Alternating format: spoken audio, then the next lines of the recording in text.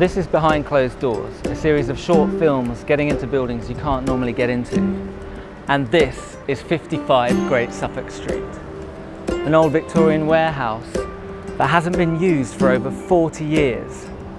Our developer friends Fabrix are about to take this building on and convert it into a new mixed-use commercial space. But we get the chance to have a look inside and see what it's like. Like I said, it hasn't been used for 40 years, so there's things in here that have been in here for decades. It's a really fascinating building. I can't wait to get in. This is the yard space, so you can see here in the middle the old loading bays and that big crane at the top, which must be a stunning view inside. We're going to have a look at some of that machinery. Let's go and check it out.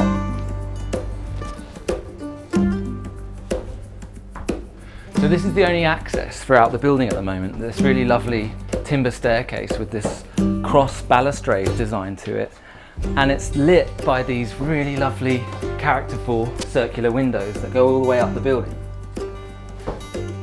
So this building was first built in the 1850s and first used by Spicer Brothers, paper merchants, and then by Laystall Engineering, that was a metal forge and made machine parts. And interestingly, they made parts for the World War II effort right here. So it's a building of its type, a kind of workhorse building, warehouse, industrial architecture. You can see here that's one of the loading bays that we saw from outside in the yard. And this is actually the original lift mechanism with these pulleys that go up and down the building and would have powered this hoist that would have gone outside, hoiked everything up from the yard and then brought it into this floor plate. And actually what's really cool about this building is it's got these big holes in the floor. Throughout the floor, as you look up here, you can see how the goods would have come in here and then could have been distributed vertically throughout the building. And this is what it's like looking down from the loft, which is where this amazing original hoist mechanism is fixed to the large timber trusses in the roof that would have been used to hoist everything up through the floors. There's something just very simple and honest about buildings like this, and I just love them. There's this amazing structural grid that gives the whole building a really lovely rhythm and symmetry. And then just looking at the way that the building presents itself to the street, there are these 5 big bays, and the central one with these loading bay doors in it again, that just kind of creates this really pleasing, wonderful symmetry and proportion to the space. So this is the 4th floor of the building, and there's no columns up here because this entire roof is being held up by the really large timber roof trusses above. This building is much loved by architects, actually. So much so, in fact, that a group of architects from Berlin came over to London late 2012 or something and used this as their base. And they basically lived and worked here and held events.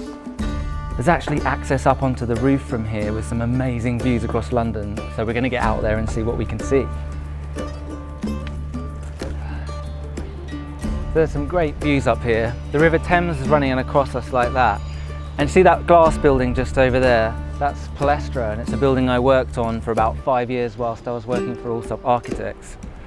Blackfriars Bridge over there, the city cluster over there, and this amazing view of the Shard.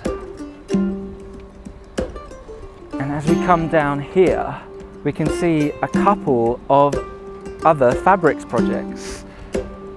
So that building over there with the dark grey and the light grey is one of Fabrix's first projects in this area. But this building right here, the old Blackfriars Crown Court, is currently going to be developed into a new mixed-use workspace with retail and community spaces, and is actually going to have a forest on the roof. It's called Roots in the Sky. Check it out.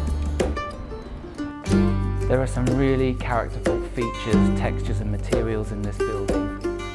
These cruciform columns in this cross shape, I just love them. And they are supporting these massive timber beams that in turn support the original timber joists. And you can see the floorboards above. And in fact, these floorboards, you know, these are going to be absolutely stunning when they're sanded and stained up. And look, this is a bit of the original slate that's cladding on the roof. And of course, the brickwork throughout the building is just lovely. I've cycled past this building so many times and always wondered what was going on inside, so I wanted to say thank you to Fabrix for allowing us access. And I'm really excited to see what the architects, Hawkins Brown, are going to do with the place. and excited to see what's going to happen with 55 Great Suffolk Street.